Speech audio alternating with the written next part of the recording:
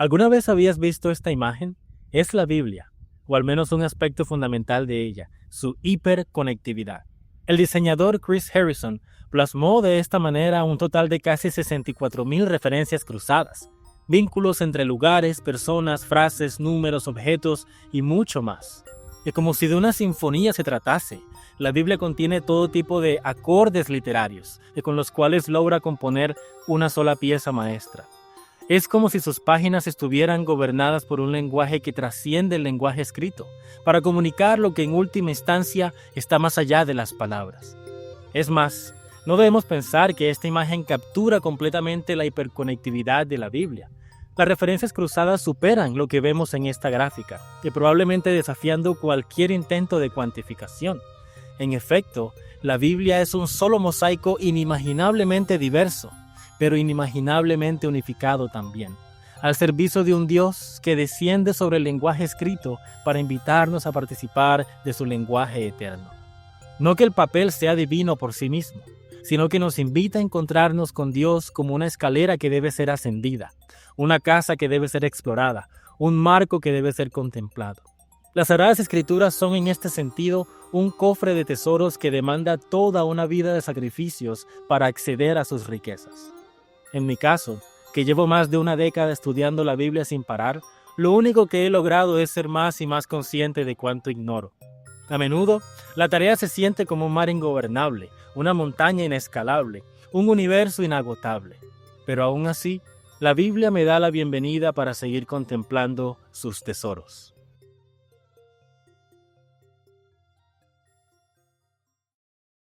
Ahora bien, en este video quiero hablarte de un episodio de la Biblia en particular que destruyó mi teología. Se sintió como cuando un investigador descubre algo con implicaciones tan gigantescas que se ve obligado a reconsiderar todo lo que conocía. No para rechazar su conocimiento anterior, sino para reentenderlo dentro de una perspectiva más amplia. Algo así como cuando el modelo de Einstein superó la física de Newton. No para desechar toda la física conocida hasta ese momento, sino para reentenderla dentro de un modelo del universo mucho más amplio. Es un capítulo de la Biblia que nunca me había causado problemas, hasta que empecé a ver lo increíblemente hiperconectado que está con todo el resto de la Biblia, desde Génesis hasta Apocalipsis, ofreciéndome una visión de Dios y del mundo para la cual no estaba preparado. Pero para llegar allí, primero tengo que hablar acerca del Arca del Pacto y el templo judío. El Arca del Pacto es una de esas piezas fundamentales en la sinfonía que compone la Biblia. Aparece muchas veces jugando un papel protagónico en la historia de Israel, ya sea en momentos de paz o de guerra, de esperanza o de desolación, de victoria sobre la tierra prometida o de derrota en manos de naciones enemigas. El arca era algo así como un reflejo del cielo, una manifestación física del mundo espiritual. En múltiples pasajes del Antiguo Testamento leemos que Dios está rodeado de ángeles, arcángeles, principados y potestades, serafines, querubines, toda una multitud invisible participando de su gloria eterna. Luego, esa gloria era extendida hacia el pueblo, aquí abajo en la tierra, teniendo el arca un rol central como el receptáculo o plataforma de la gloria de Dios. Todo el conjunto del templo funcionaba como una especie de portal o punto de encuentro entre la realidad celestial y nuestra dimensión terrenal. Primero estaba el patio exterior, luego el lugar santo y en lo más interno el lugar santísimo. Dentro del lugar santísimo se ubicaba el arca y encima del arca yacían dos querubines, uno frente al otro, creando una especie de marco o espacio donde se manifestaba la mismísima presencia de Dios. Si en el cielo había toda una jerarquía espiritual participando de la gloria de Dios, en la tierra debía haber un espacio reflejando esa participación. De hecho, el templo era una especie de estructura jerárquica horizontal, pasando por capas o grados de intensidad hasta llegar al mismísimo encuentro con el Dios vivo. Esto lo podemos entender fácilmente si lo comparamos con una casa. Es común tener una terraza, donde atendemos a desconocidos. Luego está la sala, donde entran visitantes y familiares. Y por último está el cuarto de los padres de familia, donde solamente entran los que participan íntimamente de la identidad familiar. El templo era algo así como la habitación más íntima de Dios en la tierra, donde la comunión más cercana con el cielo se hacía manifiesta, para que luego esta comunión moldeara el resto de la tierra prometida y más allá. Cristo resume esta dinámica en la oración del Padre Nuestro, cuando dice: hágase tu voluntad en la tierra como en el cielo. Pero no todo era color de rosa en el templo. Su estructura no solamente reflejaba el reino de los cielos, sino también la incapacidad humana de tener comunión directa con Dios. En Génesis 1 aprendemos que el propósito inicial de Dios era que toda la creación fuera su templo, sin necesidad de una casa hecha por manos humanas.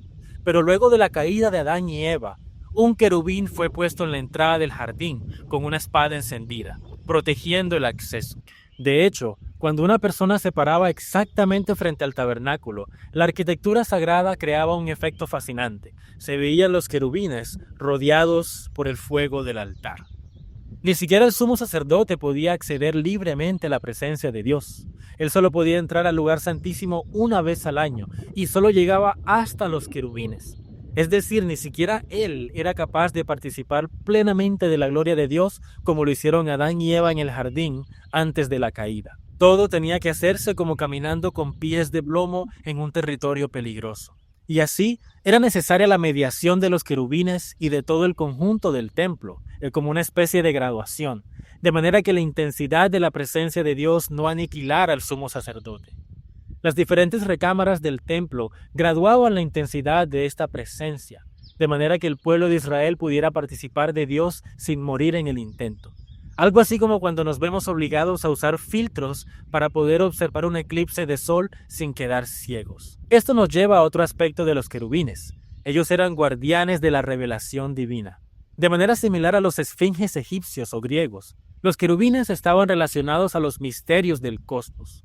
Según la mitología de muchos pueblos, los esfinges contaban acertijos a aquellos que querían entrar en lugares sagrados. Si la persona no lograba resolver el acertijo, el esfinge la declaraba indigna y procedía a devorarla. Y cuando el acertijo es finalmente resuelto, quedaba demostrada la sabiduría de la persona y su aptitud para comulgar con los dioses. Los autores bíblicos tenían claro algo que nosotros fácilmente olvidamos. Para que haya una respuesta del cielo, primero tiene que haber una interrogante en la tierra. Para que haya una solución, primero se requiere de un problema. Para que haya una revelación divina, necesariamente se requiere de un enigma en la dimensión humana. Según esta cosmología, la verdad no es lo único importante. El misterio también lo es. Esta dinámica fundamental entre el enigma y la revelación ya se nos sugiere en Génesis 1, donde el punto de partida es un universo oscuro y fluido, a partir del cual Dios empieza a revelar su gloria. En términos sencillos, para que el alfarero manifieste su arte, es necesario que empiece con una masa de barro. La historia bíblica presenta todo el universo como ese barro lleno de potencial para que Dios manifieste su voluntad concretamente. Él no desciende en el vacío, sino que desciende sobre los enigmas del mundo para resolverlos con sus respuestas divinas. Esta es, en efecto, la dinámica fundamental de cualquier cosa en la que podamos pensar. Primero hay una incógnita, algo que demanda ser resuelto, forjado, moldeado, y dentro de ese potencial el cielo se empieza a manifestar. Es por esto que Cristo usa tantas parábolas alusivas a la siembra. La dinámica entre la semilla y el suelo es uno de los símbolos fundamentales de la interacción entre el cielo y la tierra. La buena semilla es capaz de descender a la enigmática oscuridad de la tierra y expresarse en ella hasta dar buen fruto.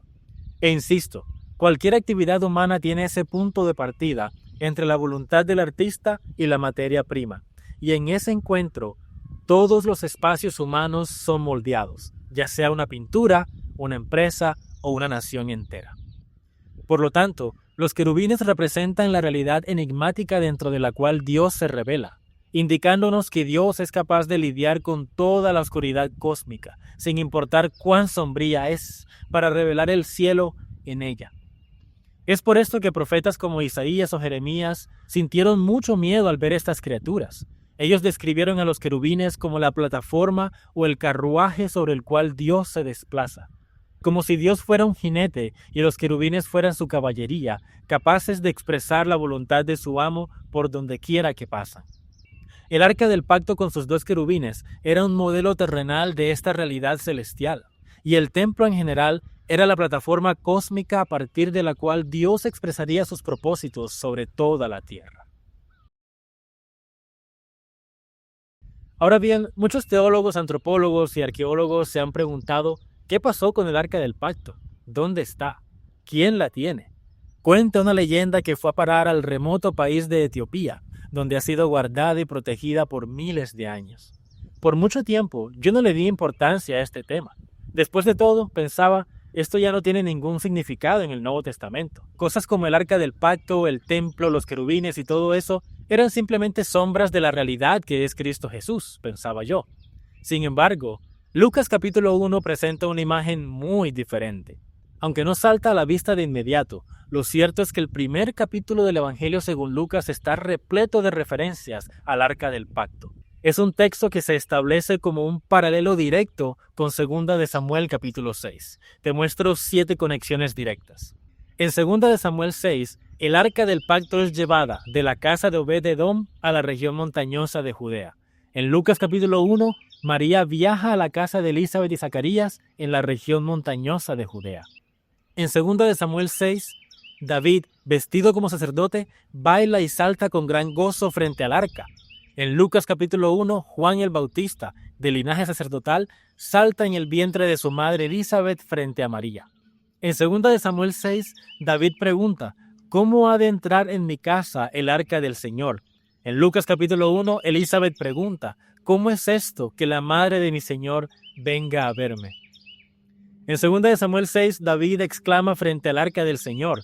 En Lucas capítulo 1, Elizabeth exclama frente a María. En 2 de Samuel 6, el arca permanece 3 meses en la casa de Obed-Edom. En Lucas capítulo 1, María permanece 3 meses en la casa de Elizabeth. En 2 de Samuel, el arca eventualmente es llevada a Jerusalén, donde la presencia de Dios es revelada en el templo.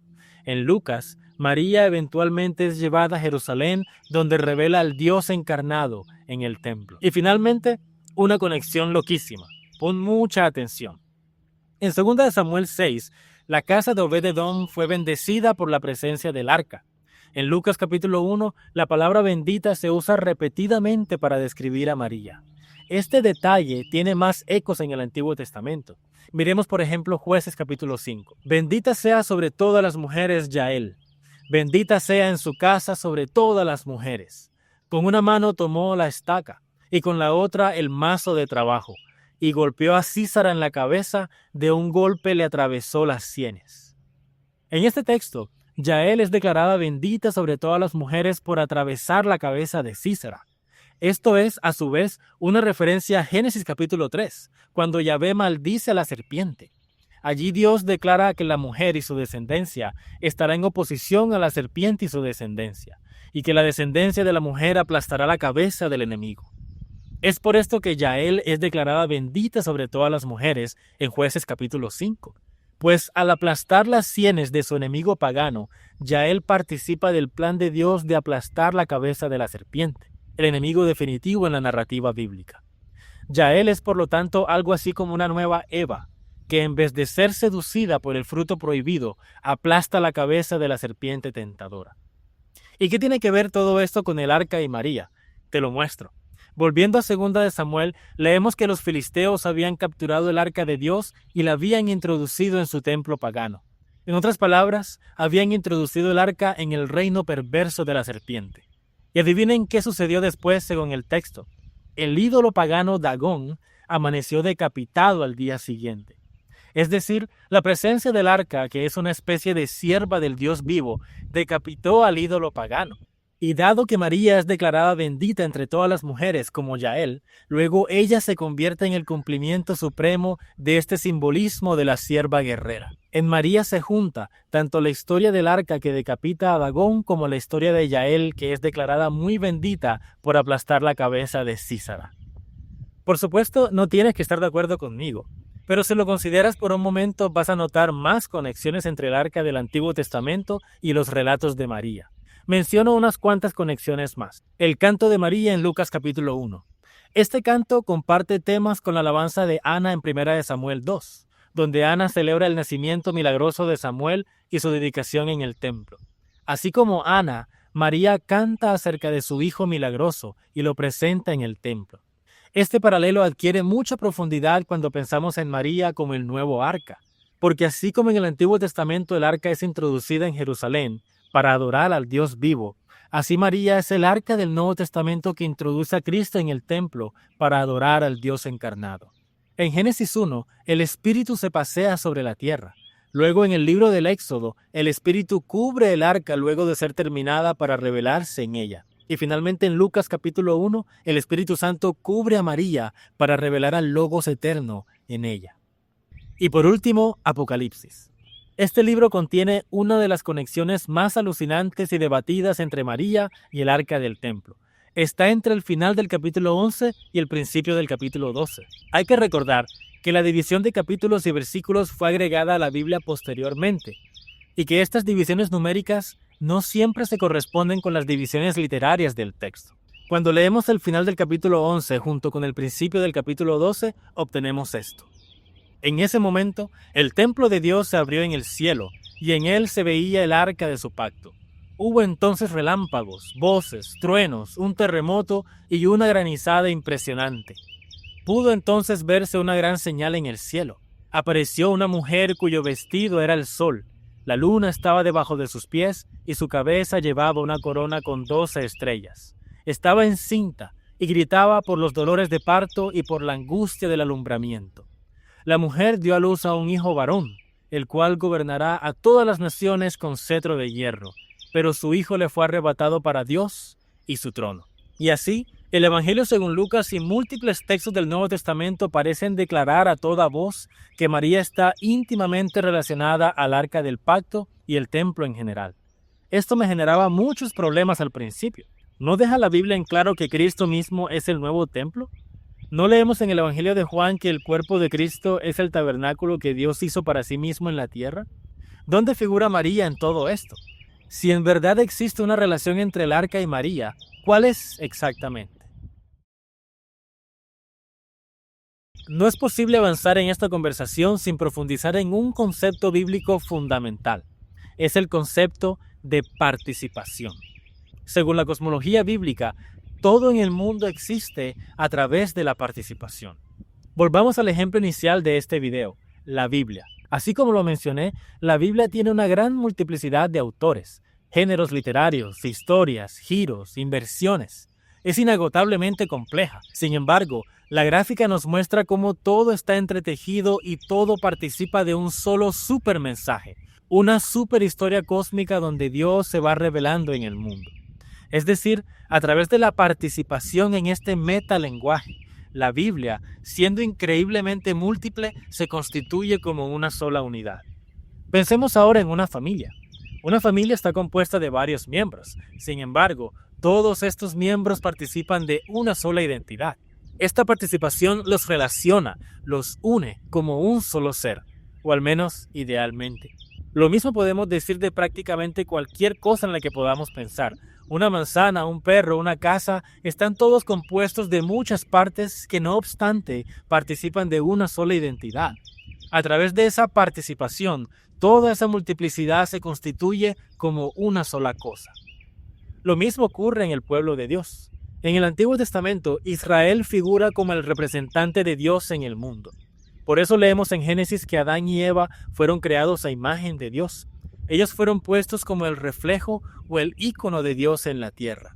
El pueblo de Dios participa de la identidad de Dios y a través de esa participación se integran como un solo cuerpo, un solo ser que representa a Dios ante todas las naciones. Pero esto no es todo. Tanto en el Antiguo como en el Nuevo Testamento se enseña que existen grados de participación. En Éxodo 24, por ejemplo, leemos que Moisés subió a la cima del monte Sinaí y que tuvo un grado de participación con Dios mayor al de los 70 ancianos, que quedaron a la mitad del camino. Y los 70 ancianos, asimismo, tuvieron un grado de participación mayor que el resto del pueblo hebreo que se quedó en la base de la montaña. El tabernáculo manifiesta el mismo diseño. El lugar santísimo tiene un grado de participación en Dios mayor que el lugar santo. Y el lugar santo, asimismo, tiene un grado mayor que el patio exterior. Estos grados de participación nos ayudan a entender la muerte de Usa en 2 de Samuel 6. El arca del pacto era partícipe de la gloria de Dios de una manera muy intensa. No importó ni siquiera que Usa hubiera tenido la intención de salvarla, tratando de evitar que el arca se cayera al piso. Él no debía tocar el arca, la plataforma consagrada del Dios vivo. Lo que causó su muerte fue la discrepancia entre la participación que él tenía de Dios versus la participación que el arca tenía de Dios. Fue como intentar sostener un carbón encendido con la mano desprotegida. Por otro lado, encontramos un caso positivo de participación en el libro de los Hechos. El capítulo 19 cuenta que a los enfermos les llevaban pañuelos y delantales que habían tocado el cuerpo del apóstol Pablo y quedaban sanos de sus enfermedades. También los espíritus malignos salían de ellos. Es decir, los enfermos eran sanados a través de los pañuelos que a su vez habían tocado al apóstol Pablo, que a su vez estaba lleno de la gloria de Dios. Aquí tenemos una cadena de participación que viene desde lo más alto del cielo hasta lo más concreto de la tierra. En repetidas ocasiones, el mismo apóstol Pablo afirma que el evangelio fue dado primero a los judíos y luego a los gentiles, indicando que los judíos tienen un grado de participación mayor, una posición más elevada respecto de las promesas. Asimismo, Cristo envió a sus discípulos a predicar primero entre las ovejas perdidas de Israel, antes de enviarlos a predicar entre los gentiles. Y también encontramos en las visiones celestiales de Apocalipsis que los patriarcas del Antiguo Testamento y apóstoles del Nuevo Testamento tendrán lugares honoríficos en la eternidad, que no les serán dados a todos los creyentes por igual. Y así, constantemente la Biblia está apuntando a que hay grados de participación en el cosmos. De la misma forma que mi cabeza participa de mi identidad en un grado mayor que, por ejemplo, mis dedos. Si mis dedos dejan de funcionar, mi identidad sufre, pero seguiría siendo yo. En cambio, si mi cabeza es removida repentinamente, dejo de existir como Sebastián. De hecho, los autores bíblicos usan el simbolismo del cuerpo para hablar de la participación que la iglesia tiene en Dios, siendo Cristo la cabeza del cuerpo y nosotros sus miembros. También se habla de la iglesia como el templo de Dios, siendo Cristo la presencia del lugar santísimo y nosotros los elementos que constituyen el templo. Estas no son simplemente metáforas literarias, son maneras muy concretas de describir la manera como la iglesia y el universo en general participa de la gracia de Dios.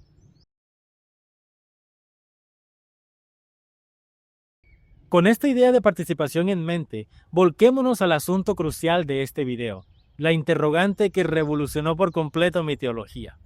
Si la Biblia conecta a María con el simbolismo del arca del pacto, ¿qué lugar ocupa María en el reino?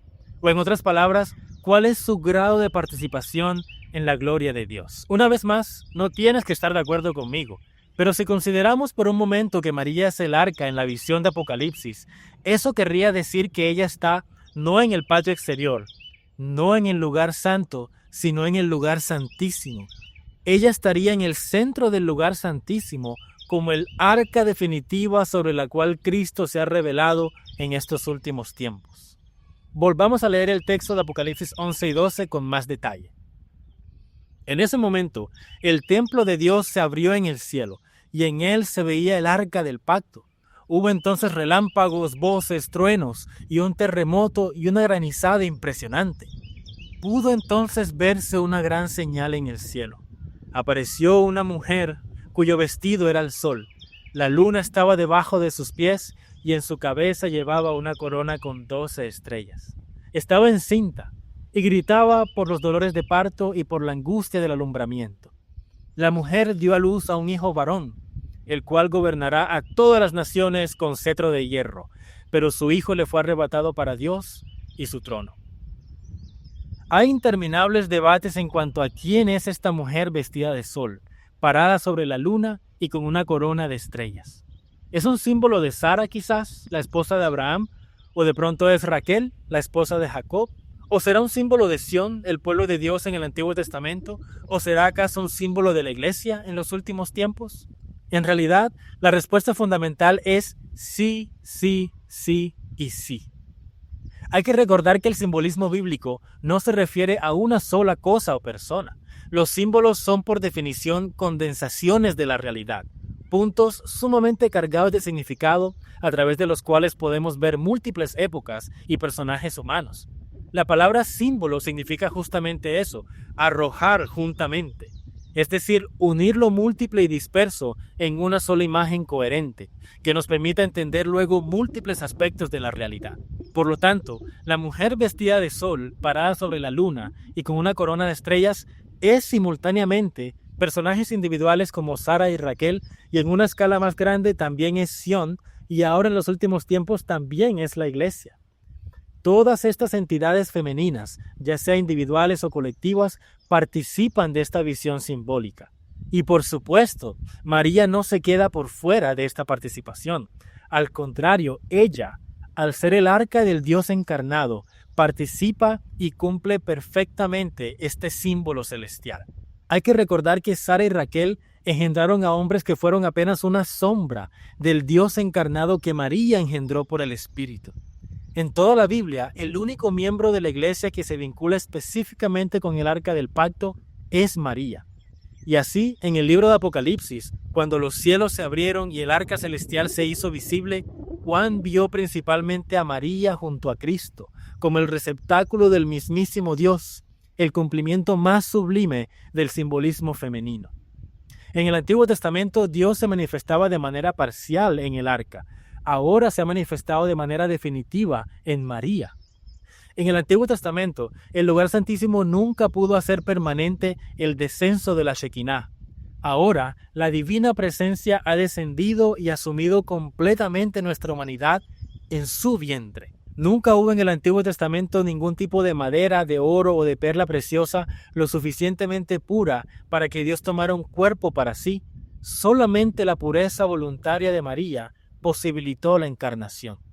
Así como la luna refleja la gloria del sol, ahora María refleja la gloria de Dios como ejemplo supremo del llamado para todo ser humano.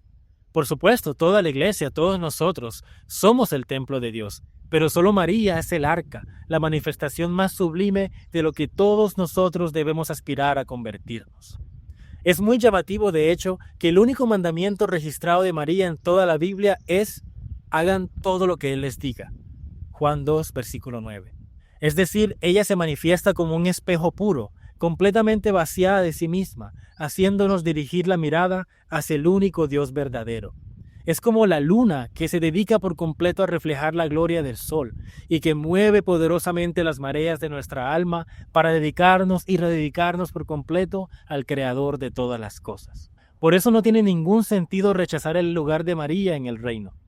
Ella fue escogida para dirigir el mundo hacia Dios, encarnado en su vientre, jamás para darse ella misma ninguna gloria. Por lo tanto, rechazar a María es rechazar nuestro propio llamado de convertirnos en receptáculos del Dios vivo. Pisotear su dignidad como el arca de Cristo es pisotear nuestra propia meta en la carrera cristiana. María es también la tierra más fértil y pura que ha existido, recibiendo la semilla del Logos eterno de parte del Espíritu y haciéndola germinar perfectísimamente en su vientre. Hospedando a Dios dentro de su ser, María es símbolo de la restauración del jardín del Edén. Ella es el ejemplo más excelso de la tierra fértil en las parábolas narradas por Cristo mismo. Ella está donde ningún sumo sacerdote pudo estar en el Antiguo Testamento, más allá de los querubines, más adentro del misterio, en una comunión insondablemente íntima con Cristo, su propio Hijo, formado en su vientre. En el Antiguo Testamento, los profetas caían despavoridos por ver a los querubines alrededor de Dios, sirviendo de carruaje para la revelación divina. En el Antiguo Testamento, María figura como ese carruaje divino que se enfrenta a la oscuridad del mundo. Esto lo podemos notar de manera muy profunda en la historia de las bodas de Canaán. Cuando María le expresa a Cristo, ya no hay vino, no está diciéndolo solo por decirlo. Ella está presentando un problema y pidiendo que sea resuelto. Es fundamental tener en cuenta que hasta este punto del Evangelio de Juan, Cristo todavía no había hecho ningún milagro público. Su peregrinaje no había comenzado. Es María quien le presenta a Cristo la oportunidad precisa para el inicio de su ministerio en la tierra. Por eso la primera reacción de Cristo es: todavía no ha llegado mi hora. Cristo sabe que si convierte el agua en vino, su misión empezará, culminando en la muerte de cruz. De esta manera, María provee el marco y persuade de manera misteriosísima a Cristo para que Él empiece a revelarse en el mundo.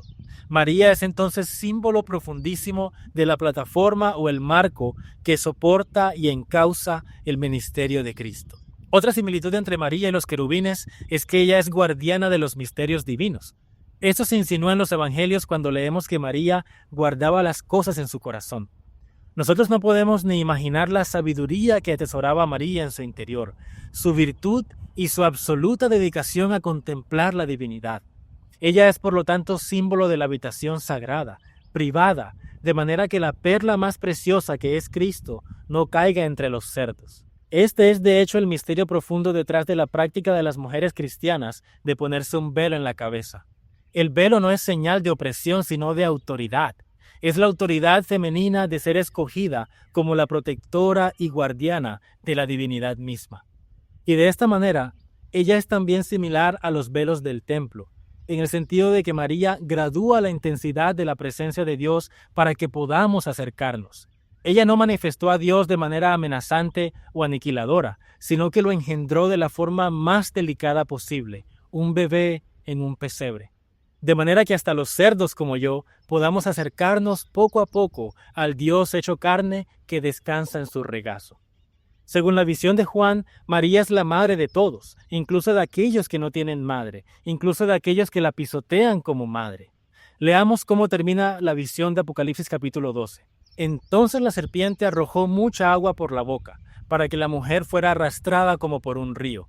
Pero la tierra vino en su ayuda, pues abrió su boca y se tragó el río que el dragón había arrojado por su boca. Entonces el dragón se llenó de ira contra la mujer y se fue a luchar contra el resto de sus descendientes, es decir, contra los que obedecen los mandamientos de Dios y tienen el testimonio de Jesucristo. Nuestra madre peleó la buena batalla y la naturaleza misma la protegió del enemigo. Por eso la tradición a menudo llama a María Madre Naturaleza.